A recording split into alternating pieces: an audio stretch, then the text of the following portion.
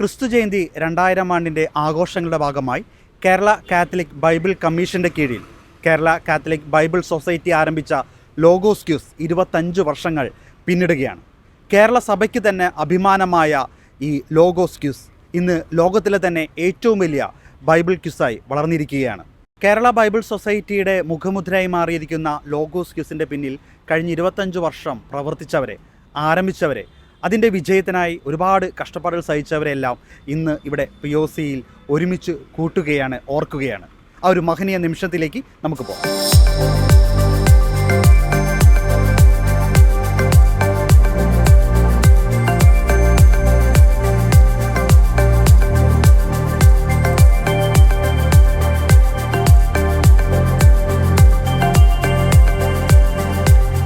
വിശ്വമിശിഹായ്ക്ക് സ്തുതിയായിരിക്കട്ടെ. SBCയുടെ logos quiz അതിൻ്റെ രജത ജൂബിലി വർഷത്തിൻ്റെ ആഘോഷത്തിലാണ്. ലോകത്തിലെ ഒരു വിസ്മയ ബൈബിൾ പഠന കളരി എന്ന് വിശേഷിപ്പിക്കാവുന്ന അത്യത്ഭുതകരമായ ഒരു വലിയ മൂവ്മെൻ്റായിട്ട് ഇത് വളർന്നിരിക്കുന്നു.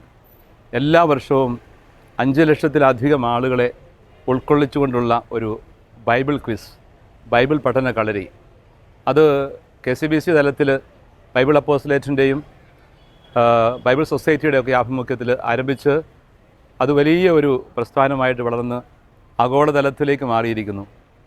കേരള കത്തോലിക്ക സഭയുടെ അഭിമാനമായി മാറിയ ഈ ഒരു Bible quiz programme Logos quiz ലോകത്തെമ്പാടുമുള്ള പ്രത്യേകിച്ച് മലയാളികളായ കത്തോലിക്കർ ഇതിൽ സജീവമായി പങ്കുചേരുന്നു. എല്ലാവരും തന്നെ പ്രായവ്യത്യാസമന്യേ ഒരു 10 വയസ്സ് മുതൽ ഏതാണ്ട് 100 വയസ്സ് വരെ പ്രായമുള്ളവർ പോലും പങ്കെടുക്കുന്ന വലിയ ഒരു സംരംഭം. കുടുംബസമേതം പങ്കെടുക്കുന്നു. അതിനകത്ത് ഭിന്നശേഷിക്കാരായ ആളുകളുണ്ട്. അങ്ങനെ വ്യത്യസ്ത തലങ്ങളിലുള്ള എല്ലാവരെയും ഉൾക്കൊള്ളിക്കുന്ന വലിയൊരു ബൈബിൾ പഠന പദ്ധതിയാണിത്. മത്സരത്തിലൂടെ മികവ് പ്രകടിപ്പിച്ചുകൊണ്ട് പ്രതിഭകളായി മാറുന്നു. അങ്ങനെ ദൈവത്തിൻ്റെ വചനം ആഴത്തിൽ പഠിക്കാനും അത് ജീവിക്കാനും അത് പങ്കുവയ്ക്കാനും ഒക്കെയുള്ള തീക്ഷ്ണമായ ശ്രമത്തെ ആഗോള കത്തോലിക്ക സഭ തന്നെ വലിയ അഭിമാനമായിട്ട് കാണുന്നു. ലോഗോസ് ക്വിസിൻ്റെ ഈ ജൂബിലി വർഷത്തിൽ എല്ലാവിധ മംഗളങ്ങളും വളരെ സ്നേഹത്തോടെ ആശംസിക്കുന്നു. ഇനിയും നമുക്ക് മുൻപോട്ട് നടക്കാം. ഏറെ പേരെ പങ്കെടുപ്പിച്ചു എന്നുള്ള ഈ വലിയ പ്രസ്ഥാനം ദൈവം തൻ്റെ പരിപാലനയിൽ പരിശുദ്ധാത്മാവിൽ വളർത്തട്ടെ.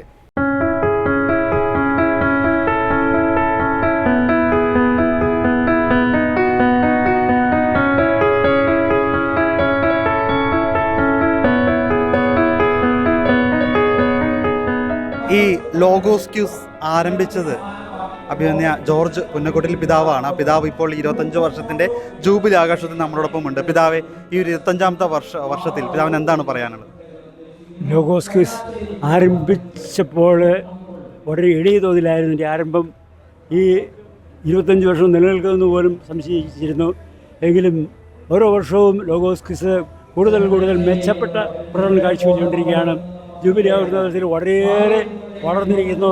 ഇന്ന് കേരളത്തിൽ മാത്രം ലോകം മുഴുവനിലും ലോഗോസ് ക്വിസ് കിട്ടുന്ന ആളുകളുണ്ട്. അങ്ങനെ ഈ ക്വിസ് വളരെയേറെ നന്മ ജനങ്ങൾക്ക് ചെയ്യുന്നു, ജനങ്ങൾ താല്പര്യമെടുക്കുന്നു. വളരെയേറെ സന്തോഷമുണ്ട്. ദൈവം ലോഗോസ് ക്വിസിനെ ഈ പ്രവർത്തകരെയും അനുഗ്രഹിക്കട്ടെ പ്രാർത്ഥിക്കുന്നു.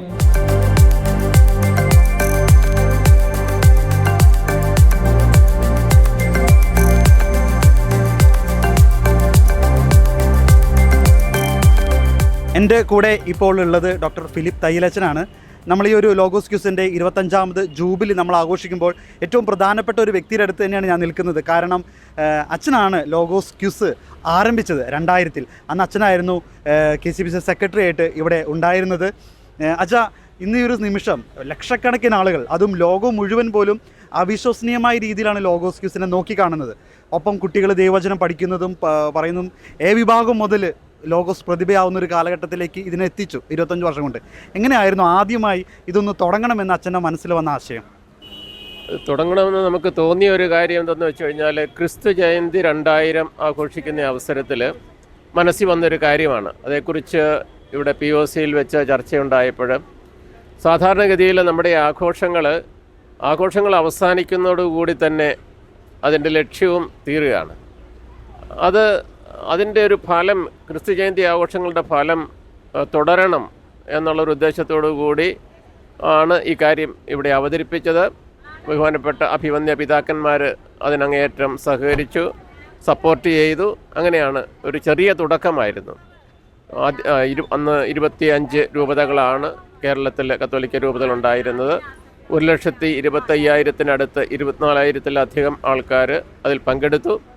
പക്ഷേ പിന്നീടുള്ള വർഷങ്ങൾ അതിൽ വളരെ കൂടുതൽ ആളുകൾ പങ്കെടുത്തു. അത് 7 ലക്ഷത്തോളം വന്നിട്ടുണ്ടെന്നാണ് എൻ്റെ അറിവ്. അപ്പോൾ 25 വർഷം ഇത്ര വർഷങ്ങൾ ഭംഗിയായിട്ട് നടത്തിക്കൊണ്ട് പോകാനായിട്ട് ദൈവം അനുവദിച്ചു. അത് ദൈവപരിപാലനയായിട്ടാണ് കരുതുന്നത്. എന്താണെന്ന് വെച്ച് കഴിഞ്ഞാൽ അധിക വർഷങ്ങളൊന്നും ഇത് നീണ്ടു പോകില്ലെന്നാണ് അന്ന് കരുതിയത്. ഇത്രയും 25 വർഷമൊന്നും എൻ്റെ മനസ്സിൽ അതുണ്ടായിരുന്നില്ല കേട്ടോ. അപ്പോൾ ഇത് തുടർന്നും അതിൻ്റെ ഫലം വ്യക്തികൾക്കും കുടുംബങ്ങൾക്കും ഇടവകൾക്കും രൂപതകൾക്കും സഭയ്ക്ക് ആകമാനമുണ്ടാകുമെന്ന് കരുതുന്നു. ഏതായാലും വലിയ ഒരു അനുഗ്രഹമായിട്ട് ഇത് എനിക്ക് അനുഭവപ്പെടുകയാണ്. എന്തെങ്കിലും സ്ട്രഗിൾസൊക്കെ ആ സമയത്ത് ഇത് തുടങ്ങുന്ന സമയത്ത് ബുദ്ധിമുട്ട് അങ്ങനെ എന്തെങ്കിലും അച്ഛൻ നേരിട്ടിരുന്നോ? അങ്ങനെ സ്ട്രഗിൾസ് ഉണ്ടായെന്ന് പറയാൻ പറ്റില്ല. കാരണം എന്താ വെച്ച് കഴിഞ്ഞാൽ അഭിവന്യ പിതാക്കന്മാരുടെ സഹകരണം എപ്പോഴും ഉണ്ടായിരുന്നു. പ്രത്യേകിച്ച് കേരള കാത്തലിക് ബൈബിൾ സൊസൈറ്റിയിലെ അൽമായരായിട്ടുള്ള അംഗങ്ങളുടെ അങ്ങേയറ്റത്തെ സപ്പോർട്ടുണ്ടായിരുന്നു. അപ്പോൾ അതുകൊണ്ട് വലിയ തീർച്ചയായിട്ടും കുറേ സ്ട്രഗിൾസ് ഉണ്ടായിരുന്നു. ആരംഭം ആയതുകൊണ്ട് അതിൻ്റേതായിട്ടുള്ള ബുദ്ധിമുട്ടുകളുണ്ടായിരുന്നു. പക്ഷേ 2ാം വർഷം അത്ര ഇല്ലായിരുന്നു. അപ്പോൾ ഏതായാലും ഭംഗിയായിട്ട് അൽമായരുടെ ഒരു സഹകരണത്തോടു കൂടി ഇത് ഭംഗിയായിട്ട് മുന്നോട്ട് പോകുന്നു എന്നറിയുന്നതിൽ സന്തോഷമുണ്ട്. 25 വർഷത്തിൽ ആഘോഷിക്കുമ്പോഴിവിടെ വരുമെന്ന് ഞാൻ പ്രതീക്ഷിച്ചില്ല. അന്ന് തുടങ്ങിയപ്പോഴിങ്ങനെ ഒരു 25 വർഷം നീണ്ടു നിൽക്കുമെന്നും ഇതുപോലെയുള്ള ഒരു ആഘോഷത്തിൽ പങ്കെടുക്കാനായിട്ട് സാധിക്കുമെന്നും കരുതിയില്ല.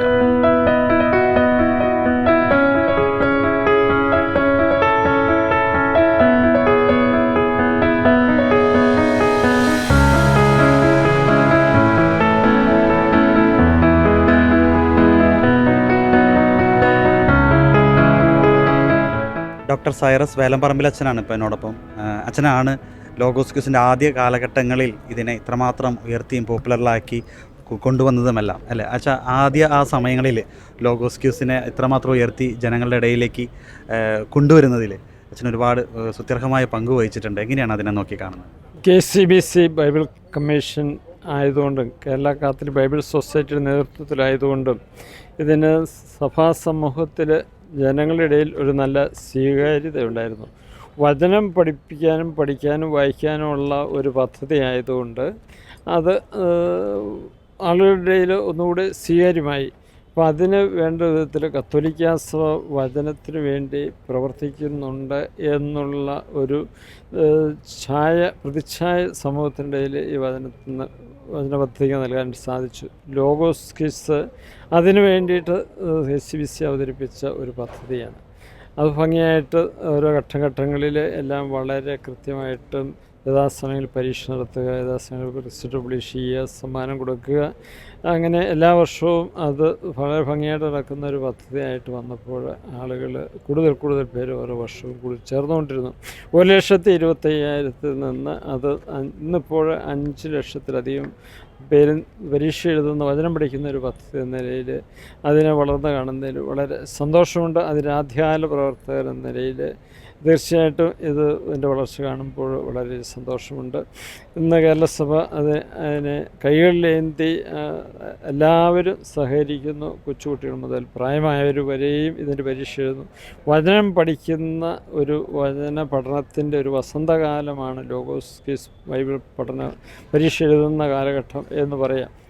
അപ്പോൾ അതിൽ നമ്മുടെ സഭ വചനത്തിന് വേണ്ടി ചെയ്യുന്ന നല്ല ഒരു പ്രവൃത്തി, ആളുകൾ അതിനെ സ്വീകരിക്കുകയും ആളുകൾ അതിൽ പങ്കെടുക്കുകയും ചെയ്തുകൊണ്ടിരിക്കുന്നു.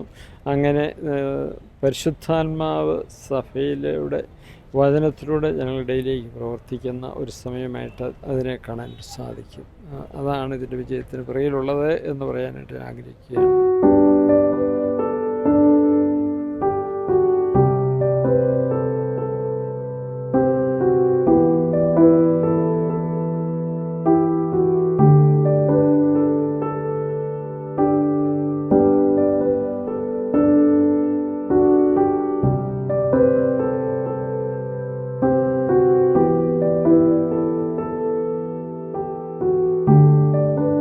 ലോഗോസ് ക്യൂസിൻ്റെ ഈ ഒരു ജൂബിലി വർഷത്തിൽ ഏറ്റവും പ്രധാനപ്പെട്ട ആളുകളാണ് ഇപ്പോൾ എന്നോടൊപ്പം ഉള്ളത്.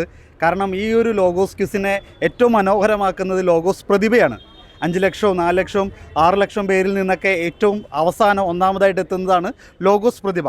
ആ ലോഗോസ് പ്രതിഭ ആയ കുറച്ച് ആളുകളാണ് ഇപ്പോൾ എൻ്റെ കൂടെ ഉള്ളത്. ഇന്ന് ഈ ഒരു ഗാദറിങ്ങിൽ ഇവരെല്ലാവരും ഒരുമിച്ച് ചേരുകയായിരുന്നു. എന്തായാലും ആദ്യം തന്നെ 2 പ്രാവശ്യം ലോഗോസ് പ്രതിഭയായ ബീന ചേച്ചി അല്ലേ, എന്താണ് ചേച്ചി പറയാനുള്ളത്?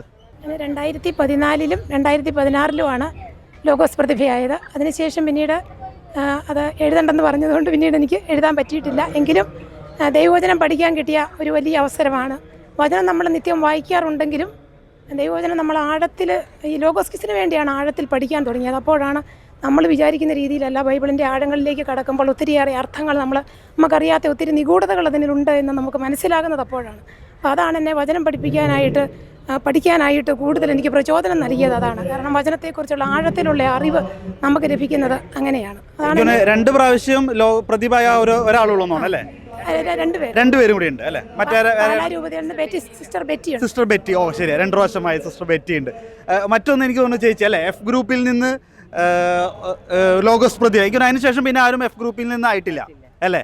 ചേച്ചിയുടെ പേര്? എൻ്റെ പേര് മേഴ്സി ജോർജ്, ചാലക്കുടിയാണ്. ഞാൻ ഇരിഞ്ഞാലക്കുട രൂപതയിലെ ചാലക്കുടി കൊറോനയിൽ നിന്നാണ് വന്നത്.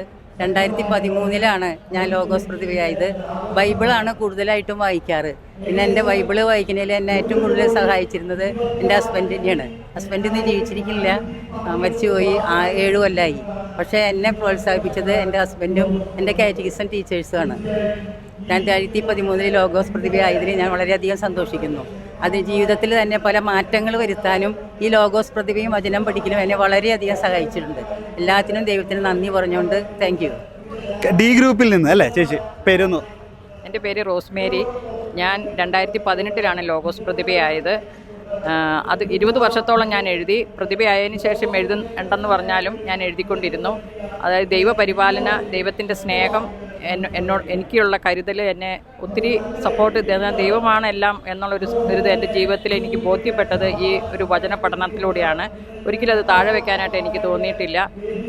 നന്ദി. ഓക്കെ, എന്തായാലും അടുത്ത് ഞാൻ മെറ്റിൽഡയിലേക്ക് വരാണ്. അന്നൊക്കെ വലിയ വാർത്തയായിരുന്നു അല്ലേ മെറ്റിൽഡ? എ വിഭാഗത്തിൽ നിന്ന് വർഷങ്ങൾക്ക് ശേഷം ചരിത്രത്തിൽ ആദ്യമായിട്ട് എ വിഭാഗത്തിൽ നിന്ന് ലോഗോസ് പ്രതിഭയായത് മെറ്റിൽഡ ആയിരുന്നു അല്ലേ? മെറ്റിൽഡ ഇപ്പം എന്ത് ചെയ്യുന്നത്? ഞാൻ പ്ലസ് 2-ല്. എത്രാം ക്ലാസ്സിൽ പഠിക്കുമ്പോഴായിരുന്നു അന്ന് ലോഗോസ് പ്രതിഭയായത്? 5ാം ക്ലാസ്സിൽ പഠിക്കുമ്പോഴാണ്. അതെ, എങ്ങനെയുണ്ട് അന്നത്തെ കാര്യം ഓർക്കുന്നുണ്ടോ? 2ാം ക്ലാസ് മുതലാണ് ഞാൻ എഴുതാൻ തുടങ്ങിയത്. 5ലാണ് ഞാൻ പ്രതിഭയായത്. അപ്പോൾ ഒക്കെ എനിക്ക് സ്കൂളിലത്തെ പഠിച്ചില്ലെങ്കിൽ പോലും ബൈബിള് പഠിക്കുമ്പോൾ അതൊക്കെ എനിക്ക് തന്നെ കിട്ടിയായിരുന്നു. അതൊക്കെ വലിയ അനുഭവമായിരുന്നു. നമ്മൾ ദൈവത്തിന് വേണ്ടി മാറ്റിവെക്കുന്ന സമയം ദൈവം നമുക്ക് തിരിച്ചു തരുന്നു. എനിക്കതിലൂടെയൊക്കെ നല്ലോണം മനസ്സിലായിട്ടുണ്ടായിരുന്നു. അതിനുശേഷവും ബൈബിള് വായിക്കലും പഠിക്കലൊക്കെ തുടർന്നായിരുന്നു? ഇപ്പോഴും പരീക്ഷ എഴുതാറുണ്ട്. പിന്നെ സ്റ്റേറ്റിലേക്ക് പോകാൻ പറ്റാറില്ലല്ലേ ഇരിഞ്ഞാലക്കുട രൂപതയിൽ നിന്ന്? ഓക്കെ, അതിനുശേഷം പിന്നെ വരുന്നത് അല്ലേ ആ ഒരു നമ്മൾ ജിസ്മോൻ്റെ ഒരുപാട് സോഷ്യൽ മീഡിയയിലും വാർത്തകളിലൊക്കെ ഒരുപാട് നിറഞ്ഞിരുന്നു. പിന്നീട് മെറ്റിൽഡയ്ക്ക് ശേഷം എ ഗ്രൂപ്പിൽ നിന്ന് ഒരു ലോഗോസ് പ്രതിഭ, അത് ജിസ്മോനായിരുന്നു. ജിസ്മോനെ എന്ത് പറയുന്നു? കഴിഞ്ഞ പ്രാവശ്യം ജൂറിയൊക്കെ ആയിട്ട് ജിസ്മോൻ ഉണ്ടായിരുന്നു, പറഞ്ഞു. 2023 മുതൽ ഞാൻ പരീക്ഷ എഴുതാൻ തുടങ്ങിയതാണ്. 2023-ൽ മെഗാ ക്വിസ് വരെ എത്തിയെങ്കിലും പ്രതിഭയാവാൻ സാധിച്ചില്ല. എന്നാൽ ദൈവഹിതം അതല്ലായിരുന്നു. 2024-ൽ പ്രതിഭയാവുക എന്നതായിരുന്നു ഈശോയുടെ ഇഷ്ടം.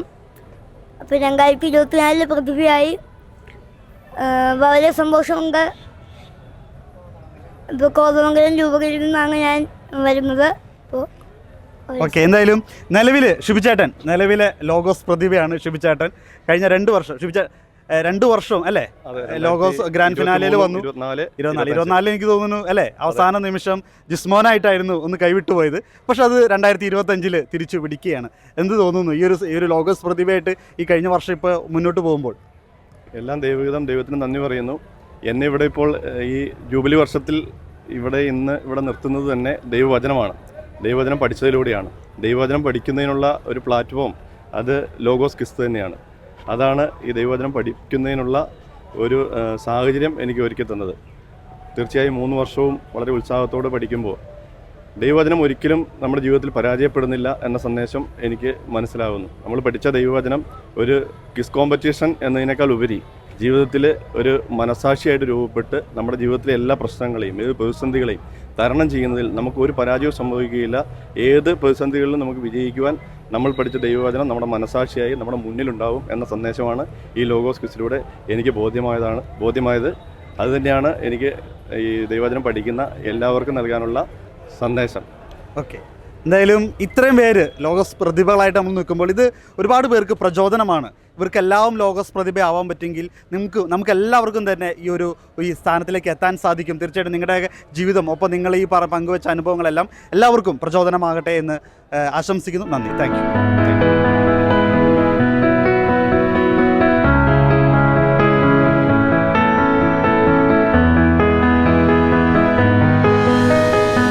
എന്നോട് കൂടെ ഇപ്പോൾ ഉള്ളത് ജോഷി മയ്യാറ്റിലച്ചനാണ്. 6 വർഷത്തോളം ലോഗോസ് ക്വിസിൻ്റെ ഈ KCB കേരള കാത്തലിക് ബൈബിൾ സൊസൈറ്റിയുടെ സെക്രട്ടറി ആയിരുന്നു. ഒപ്പം അതിനുശേഷം ഇന്നേ വരെ ഈ കഴിഞ്ഞ വർഷം വരെ എല്ലാ കാര്യങ്ങളിലും ലോഗോസ് ക്വിസിൻ്റെ മുന്നിൽ നിൽക്കുന്ന അച്ഛനാണ്. അച്ഛാ, 2013 ആയിരുന്നു ഈ ലോഗോസ് ക്വിസ് അതുവരെ ഉണ്ടായിരുന്നതിൽ നിന്ന് വലിയൊരു ചേഞ്ചിലേക്ക്, അതായത് TV-യിൽ ഗ്രാൻഡ് ഫിനാലുകളെല്ലാം ടെലികാസ്റ്റ് ചെയ്യുക എന്ന രീതിയിലേക്ക് വലിയൊരു വലിയൊരു ചുവടുവയ്പ്പിലേക്കായിരുന്നു അച്ഛൻ്റെ ആ ഒരു സമയത്ത് വന്നത്. എങ്ങനെയാണ് അച്ഛൻ്റെ ആ ഒരു പ്രവർത്തനങ്ങളെക്കുറിച്ചും ഇത്തരത്തിലുള്ള കാര്യങ്ങളെക്കുറിച്ച് ഷെയർ ചെയ്യാനുള്ളത്? 2010 ഞാൻ ചാർജ് എടുക്കുന്നത്. ആ വർഷം തന്നെ ഞാൻ ചെയർമാൻ പിതാവിനോട് ഈ ഒരു ആശയം പറഞ്ഞു, നമുക്കിതിങ്ങനെ പോയാൽ പോരാ, ടെലിവൈസ് ചെയ്യണം. അത് കേട്ടപാടെ പിതാവിന് വലിയൊരു അസ്വസ്ഥതയായിരുന്നു. ലോഗോസ് ക്വിസിന് അതിൻ്റെ ഒരു നിലവാരമുണ്ട്, അതിൻ്റെ ഒരു സീക്രസി ഉണ്ട്. ഇതെങ്ങനെ പാലിച്ചുകൊണ്ട് ടെലിവിഷൻ പരിപാടിയായിട്ട് നടക്കും എന്നുള്ളതായിരുന്നു. അതുകൊണ്ട് ആദ്യം പിതാവിന് അതിനോട് യോജിക്കാൻ കഴിഞ്ഞില്ല. പക്ഷേ ഇന്ന് ആ സമയത്ത് മീഡിയ കമ്മീഷൻ്റെ സെക്രട്ടറി ആയിട്ടൊക്കെ ജോളി വടക്കനച്ചൻ ഇവിടെ ഉണ്ടായിരുന്നു. ജേക്കബ് നാലുപറയിലച്ചൻ ഇതിനു വേണ്ടി എൻ്റെ കൂടെ സപ്പോർട്ടായിട്ട് വന്നു. ഇപ്പോൾ ഡേവിഡ് നെറ്റിക്കാടനച്ഛൻ, റെജിൻ അച്ഛൻ, ഇങ്ങനെ കുറേ പേര് അച്ഛൻ എന്തായാലും നമുക്കിത് നടത്തിയെടുക്കാമെന്നുള്ളത്. ആദ്യത്തെ 2 വർഷം, അതായത് 2013 ഇത് ആദ്യമായിട്ട് ആരംഭിക്കുന്നത്. ആദ്യത്തെ 2 വർഷം വലിയ സ്ട്രഗിളായിരുന്നു. അതായത് എല്ലാ റൗണ്ടുകളും, ഫൈനൽ മാത്രമല്ല, ഗ്രാൻഡ് ഫിനാലെ മാത്രമല്ല, അതിനു മുമ്പുള്ള വിഭാഗങ്ങളുടെ റൗണ്ടുകൾ വരെ ഷൂട്ട് ചെയ്തു. അങ്ങനെ ഷൂട്ട് ചെയ്തപ്പോൾ വെളുപ്പിന് 2 മണിക്ക് വരെ ഷൂട്ടിങ് നടന്നു. അതോടുകൂടി വലിയ എതിർപ്പുകളും കാര്യങ്ങളൊക്കെ വന്നു. വലിയ ബുദ്ധിമുട്ടായിരുന്നു ആദ്യത്തെ. പക്ഷെ പിന്നീട് നമ്മൾ പ്ലാൻ ചെയ്തിട്ട് അതിനെ ഒന്നുകൂടി ഒന്ന് ചുരുക്കി റെഡിയാക്കി 2-3 ദിവസമായിട്ട് നടത്തുന്ന രീതിയിലേക്ക് വന്നു. ഇപ്പോൾ വളരെ സ്മൂത്തായിട്ട് വന്നു. അപ്പോൾ നമ്മൾ കാലത്തിനനുസരിച്ച് ലോഗോസ് ക്വിസും മുന്നിലേക്ക് വരിക എന്നുള്ളതാണ്. ഓരോ കാലത്തിനുള്ള ടെക്നോളജിക്കൽ ഡെവലപ്മെൻറ്റ്സ് നമ്മൾ വിനിയോഗിക്കുക, അത് തന്നെ എൻ്റെ കാര്യം. 2013 നമ്മൾ ആദ്യമായിട്ട് തുടങ്ങുമ്പോൾ ഗുഡ്നസ് TV ആണത് ഏറ്റെടുത്തത്. ഡിജോയുടെ നേതൃത്വത്തിൽ തന്നെയാണ് അത് നന്നായിട്ട് നടന്നത്. 2014 ഷാലോം TV വന്നു. 2015 വീണ്ടും ഗുഡ്നസ് TV. പിന്നെ ഇതുവരെ തുടർച്ചയായിട്ട് കഴിഞ്ഞ 10-12-13 വർഷങ്ങളായിട്ട് ഗുഡ്നസ് TVയും ടീമും വളരെ ആത്മാർത്ഥമായിട്ട് ഇതിൽ പങ്കെടുക്കുന്നുണ്ട്. അത് നിങ്ങൾ ഭംഗിയായിട്ട് ജനത്തിൻ്റെ അടുത്തേക്ക് എത്തിക്കുന്നുണ്ട്. പ്രത്യേകിച്ച് അഭിനന്ദനങ്ങൾ പറയാം. ഈ 25 വർഷങ്ങളാവുമ്പോൾ ഈ ലോഗോസ് ക്വിസ് ഇന്ന് കേരളം മാത്രമല്ല, ലോകം മുഴുവനും അറിയുന്ന ഒരു തരത്തിലേക്ക് വലിയൊരു സുവിശേഷ പ്രഘോഷണമായി മാറി. ഒപ്പം ലോഗോസ് ക്വിസിൽ ഉപയോഗിക്കുന്ന കോമ്പറ്റീഷൻ ക്വസ്റ്റ്യൻസ് ഇപ്പോൾ ഈ ടെലിവൈസായിട്ട് വന്നപ്പോഴാണ് പലപ്പോഴും ജനങ്ങൾ ഇങ്ങനെയുള്ള ചോദ്യങ്ങളോ അല്ലെങ്കിൽ ബൈബിളുമായിട്ട് അറിയുമ്പോൾ ഇത്തരത്തിൽ വിഷയങ്ങൾ അറിയണമോ, ഇതൊക്കെ എങ്ങനെ പഠിച്ചിരിക്കുന്നു എന്നൊക്കെ വലിയൊരു അത്ഭുതം കാണുന്നത് TV ആയിട്ട് വന്നപ്പോഴാണ്. എങ്ങനെയാണ് ഈ കുട്ടികൾ ഇതിനു വേണ്ടി ഒരുങ്ങുന്നതിനെക്കുറിച്ചും അല്ലെങ്കിൽ സുവിശേഷം ലോകം മുഴുവൻ എത്തിക്കാനായിട്ട് ലോഗോസ് ക്വിസിൻ്റെ ആ പങ്കിനെക്കുറിച്ചും അച്ഛൻ കാണുന്നത്? തീർച്ചയായിട്ടും ഇതിപ്പോൾ 5 ലക്ഷം പേര് രജിസ്റ്റർ ചെയ്യുന്നു എന്ന് പറയുമ്പോഴും ഇപ്പോൾ ഈ ടെലിവൈസ്ഡ് ക്വിസിലൂടെ ഒരു 20 ലക്ഷം പേരിലേക്ക് മിനിമം, ഏറ്റവും ചുരുങ്ങിയത് 20, 30, 40 ലക്ഷം പേരിലേക്ക് ഇതെത്തുകയാണ്. അപ്പോൾ ലോഗോസ് ക്വിസിനെ രജിസ്ട്രേഷൻ്റെ കണക്കിൽ മാത്രം കണ്ടുപോയാൽ പോരാ. ടെലിവൈസ്ഡ് ക്വിസ്സാകുമ്പോൾ അതിന് വേറൊരു മാനമുണ്ട്, അതും കൂടി കണക്കിലെടുക്കേണ്ടതുണ്ട്. അപ്പോൾ പലരും പറയാറുണ്ട് ലോഗോസ് ക്വിസ് പിള്ളേരിങ്ങനെ കുത്തിവരക്കുന്നു, താല്പര്യമില്ല എന്നൊക്കെ. ഒരു 5 ലക്ഷം പേരിൽ ഒരു 1 ലക്ഷം പേര് എഴുതുന്നില്ല എന്ന് വിചാരിക്കുക. പിന്നെ 4 ലക്ഷമുണ്ട്. ഈ 4 ലക്ഷം പേരിൽ ഒരു 2 ലക്ഷം പേര് ഇത് ഉഴപ്പി ഇതിൽ പങ്കെടുക്കുന്നു എന്ന് വിചാരിക്കുക. പിന്നെ ഒരു 2 ലക്ഷം പേരുണ്ട്. അതിൽ ഒരു 25,000 പേര് ഗൗരവമായി ഓരോ വർഷവും ആ ബൈബിൾ ഭാഗങ്ങൾ പഠിക്കുന്നു എന്ന് വിചാരിക്കുക. 25,000 പേര് ഒരു വർഷം ഒരു ബൈബിൾ ഭാഗം അതീവ ശ്രദ്ധയോടെ പഠിപ്പിക്കാൻ വേറെ എങ്ങനെയാണ് നമുക്ക് സാധിക്കുന്നത്? അപ്പം അതുകൊണ്ട് ലോഗോസ് ക്വിസിൻ്റെ പ്രസക്തിയെ ചോദ്യം ചെയ്യുന്നവർ അല്പം കൂടി ഗൗരവമായിട്ട് ചിന്തിച്ച് എങ്ങനെയൊക്കെയാണ് ഇപ്പോൾ നമ്മൾ 5 ലക്ഷം എന്ന് പറഞ്ഞാൽ 5 ലക്ഷം പേരും പങ്കെടുക്കണമെന്നില്ലെന്നേ, 5 ലക്ഷം പേരും ഗൗരവമായിട്ട് പഠിച്ചിട്ടുണ്ടാവണം എന്നില്ലെന്നേ. പക്ഷേ നമ്മളെത്തുന്ന 25,000 പേര് അല്ലെങ്കിൽ 50,000 പേര്, അതിന് വേറെ മാർഗം എന്താണുള്ളത്? അപ്പോൾ ഇപ്പോഴുള്ള രീതികൾ തീർച്ചയായിട്ടും മെച്ചപ്പെടുത്താൻ കഴിയും. കൂടുതൽ ഇനി പഠനത്തിൻ്റെ തലങ്ങളിൽ കുറച്ചുകൂടി ശ്രദ്ധിക്കണം എന്നാണ് എൻ്റെ അഭിപ്രായം. ഇതിനകം പല രീതികളെ, ഉദാഹരണത്തിന് chronology, history, chronology, geography, Bible പഠന ഗ്രന്ഥങ്ങൾ, പഠന ബൈബിളിൻ്റെ ഉപയോഗം, ഇതൊക്കെ നമ്മൾ ഇൻട്രൊഡ്യൂസ് ചെയ്തു കഴിഞ്ഞു. ഇനിയും കുറേ കൂടി ഉന്നത രീതിയിലേക്ക് കൊണ്ടുവരണം. അതിന് കഴിയും.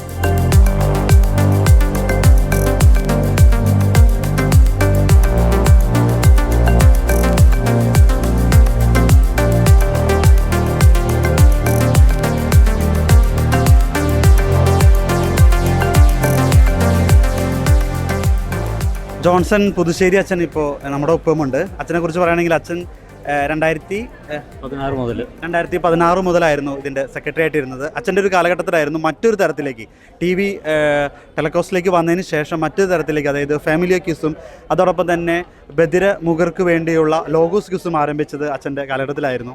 എങ്ങനെയാണ് അച്ഛാ ഈ ഒരു 25 വർഷം നമ്മൾ ആഘോഷിക്കുമ്പോൾ ലോഗോസ് ക്യൂസിൻ്റെ അതുമായി ബന്ധപ്പെട്ടുള്ള പ്രവർത്തനങ്ങളെക്കുറിച്ച് അച്ഛന് പറയാനുള്ളത്? ലോഗോസ് ക്വിസ് നമുക്കറിയാം, അത് കേരളമെമ്പാടും എല്ലാവരും ആഘോഷിക്കുന്ന ഒരു വചനോത്സവം തന്നെയാണ്.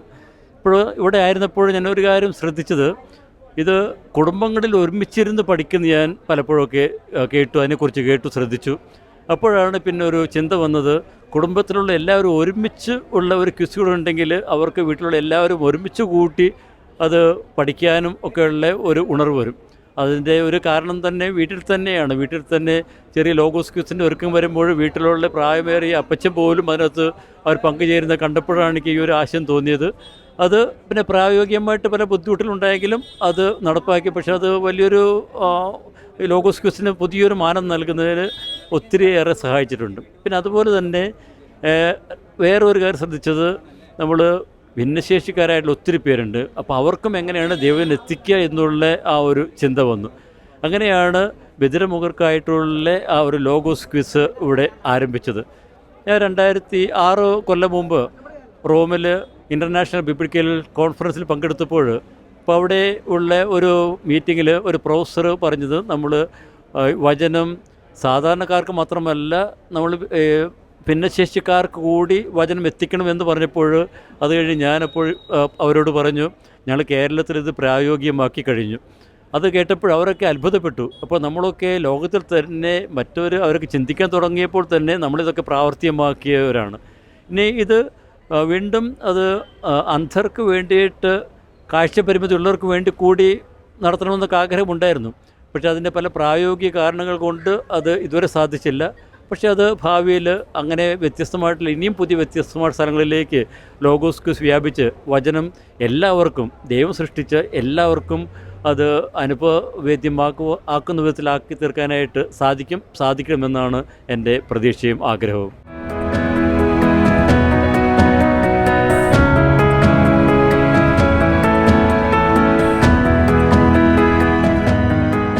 ഇപ്പം നമ്മളോടൊപ്പം ഉള്ളത് ജസ്റ്റിസ് കുര്യൻ ജോസഫ് സാറാണ്.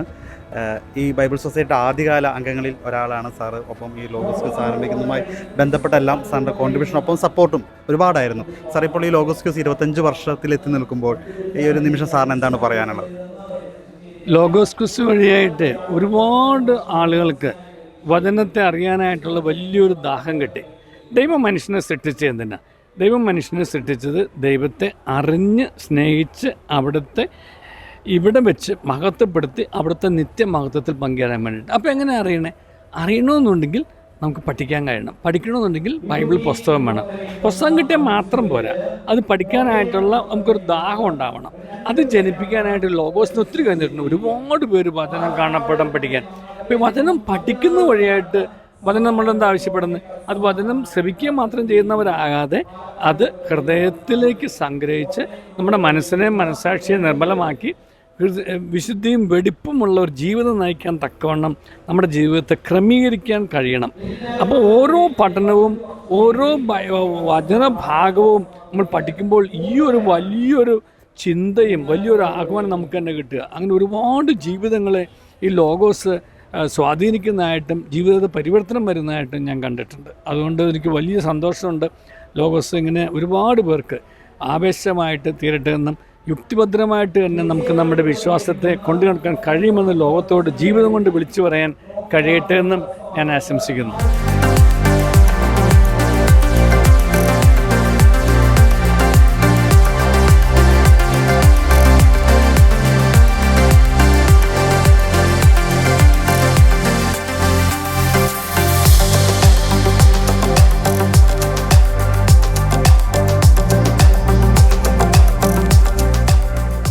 നമ്മുടെ കൂടെ ഇപ്പോഴുള്ളത് ശ്രീ ജോസഫ് നെല്ലിക്കലാണ്. അദ്ദേഹമാണ് ഈ ലോഗോസ് ക്യൂസിൻ്റെ ഷൂട്ടിംഗ് രീതിയിലേക്ക് മാറിയതിന് ശേഷം കഴിഞ്ഞ 15 വർഷമായി എൻ്റെ പിന്നിലെ ആർട്ടിൻ്റെ പിന്നിൽ വർക്ക് ചെയ്യുന്ന ജോസഫ് നെല്ലിക്കൽ. അദ്ദേഹം നമുക്കറിയാം എല്ലാവർക്കും. ചലച്ചിത്ര മേഖലയിൽ ഇപ്പോൾ 101ാമത്തെ സിനിമ നടന്നുകൊണ്ടിരിക്കുകയാണ്.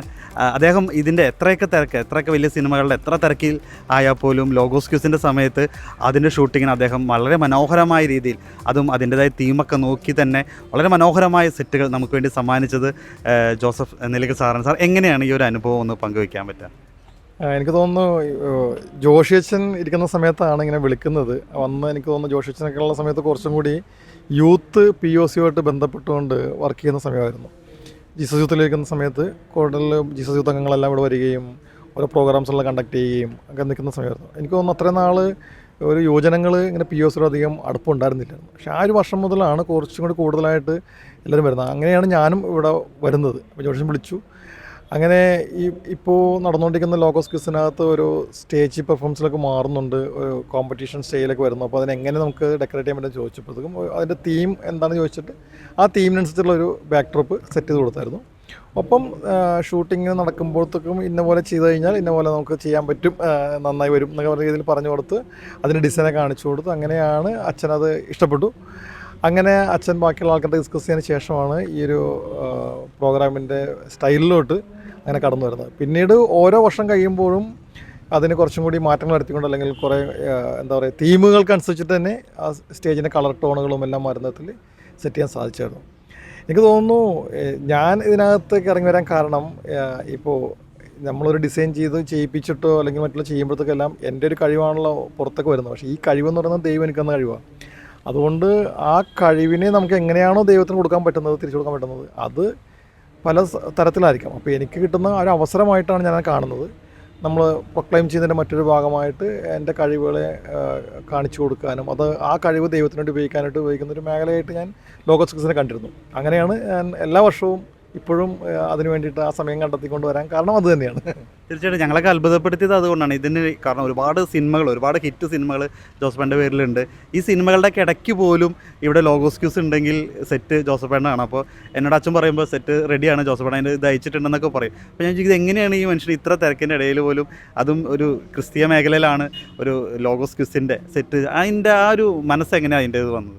ഞാൻ പറഞ്ഞല്ലോ, നമ്മൾക്കെന്ന് വെച്ചാൽ നമുക്കെല്ലാം ദൈവം തരുന്നതാണല്ലോ കഴിവുകളെല്ലാം. ഇപ്പം ഞാൻ സിനിമയിൽ എത്തിപ്പെടാൻ കാരണം എനിക്കൊരു ബാക്ക് ഡ്രോപ്പ് ഉണ്ടായിരുന്നു. ആ ബാക്ക് ഡ്രോപ്പിൻ്റെ ഉള്ളിൽ നിന്നുകൊണ്ടാണ് ഞാൻ വർക്ക് ചെയ്തപ്പോഴത്തേക്കാണ് സിനിമയിലേക്ക് എത്തുന്നത്. അപ്പോൾ എനിക്ക് കിട്ടിയ കഴിവിനെ ഞാൻ എസ്റ്റാബ്ലിഷ് ചെയ്യുമ്പോഴാണല്ലോ നമുക്ക് അതിൻ്റെ ഒരു ഓപ്പണിങ് കിട്ടുന്നത്.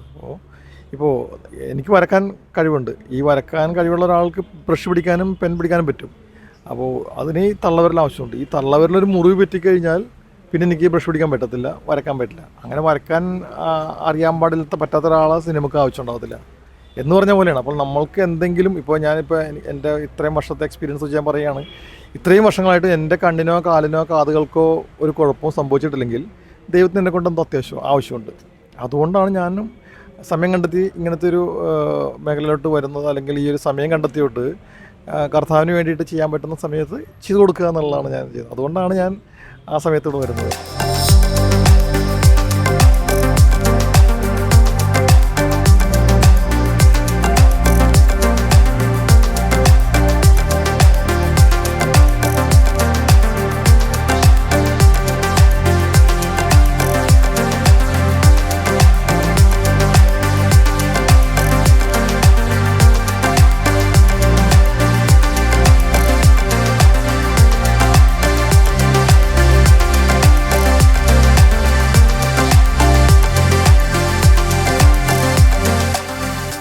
ജൂബിലിയുടെ ആഘോഷം വളരെ മനോഹരമായിട്ട് ഇവിടെ കേരള സഭയിൽ ആചരിക്കപ്പെട്ടുകൊണ്ടിരിക്കുകയാണ്.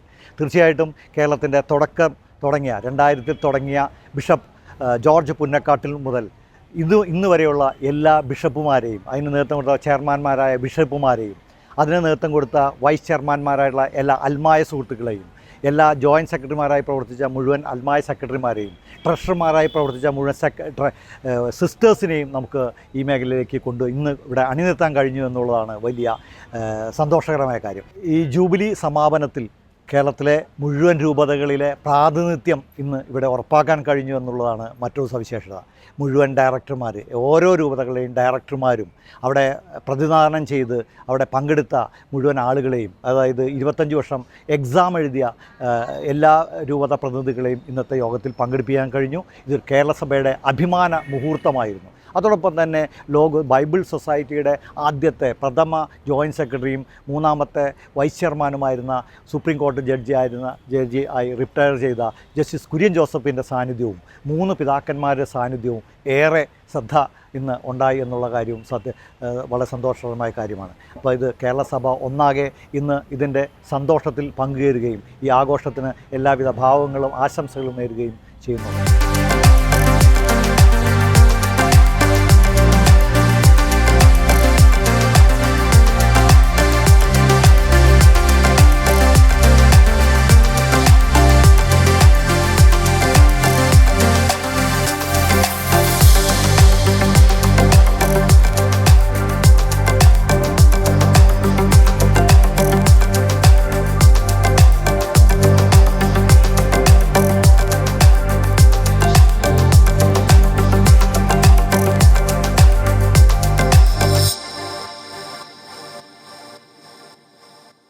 നിങ്ങൾ ലോകമെങ്ങും പോയി സർവ്വസൃഷ്ടികളോടും സുവിശേഷം പ്രസംഗിക്കുവിൻ എന്നതാണല്ലോ നമ്മുടെ കർത്താവിൻ്റെ പരമപ്രധാനമായ കൽപ്പന.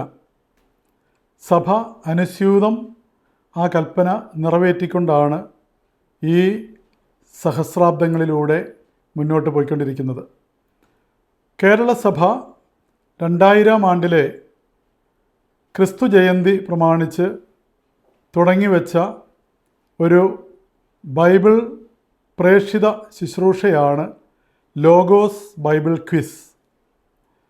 വളരെ എളിയ തോതിൽ ആരംഭിച്ച് പടിപടിയായിട്ട് വളർന്ന് ഇന്ന് 25 വർഷങ്ങൾ പൂർത്തിയായിരിക്കുമ്പോൾ ലോകത്തിലെ തന്നെ ഏറ്റവും വലിയ ഒരു ബൈബിൾ ക്വിസ് പ്രോഗ്രാമായിട്ട് ഇത് മാറിയിട്ടുണ്ട്.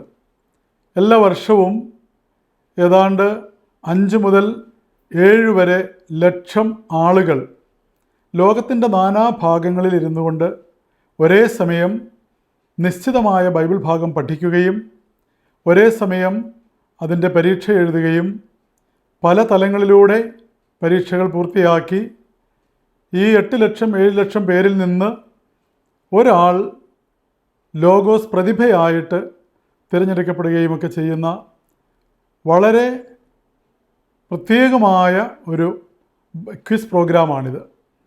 ലോകത്തിലെ മറ്റൊരു ഭാഷയിലും ഒരു രാജ്യത്തും ഇത്രയും വിപുലമായ ആളുകളുടെ പങ്കാളിത്തത്തോടു കൂടി നടക്കുന്ന ഒരു ക്വിസ് നമുക്ക് കാണുവാനായിട്ട് സാധിക്കുകയില്ല. ഈ ബൈബിൾ ക്വിസ് പ്രോഗ്രാം 25 വർഷം പൂർത്തിയാക്കുമ്പോൾ കൂടുതൽ തീക്ഷ്ണതയോടുകൂടി കേരള സഭയ്ക്കും ഭാരതസഭയ്ക്കും എന്നല്ല സാർവത്രിക സഭയ്ക്ക് തന്നെ വചനത്തിൻ്റെ ശുശ്രൂഷ നിർവഹിക്കുവാൻ ഇനിയും മുന്നോട്ട് സാധിക്കട്ടെ എന്ന് ആശംസിക്കുകയും ഈ ലോഗോസ് ക്വിസിൻ്റെ സംഘാടകരായിട്ടുള്ള കേരള കാത്തലിക് ബൈബിൾ സൊസൈറ്റിക്കും KCBCയുടെ കീഴിലുള്ള കാത്തലിക് ബൈബിൾ കമ്മീഷനും എല്ലാ ആശംസകളും സ്നേഹപൂർവ്വം നേർന്നുകൊള്ളുന്നു.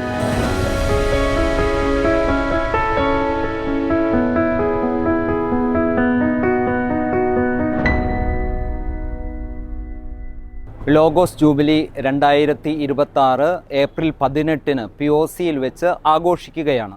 സന്തോഷത്തിൻ്റെ അഭിമാനത്തിൻ്റെ നിമിഷങ്ങളാണ് കേരള സഭയ്ക്ക്, ഒപ്പം തന്നെ ബൈബിൾ കമ്മീഷന്, ബൈബിൾ സൊസൈറ്റിക്ക്.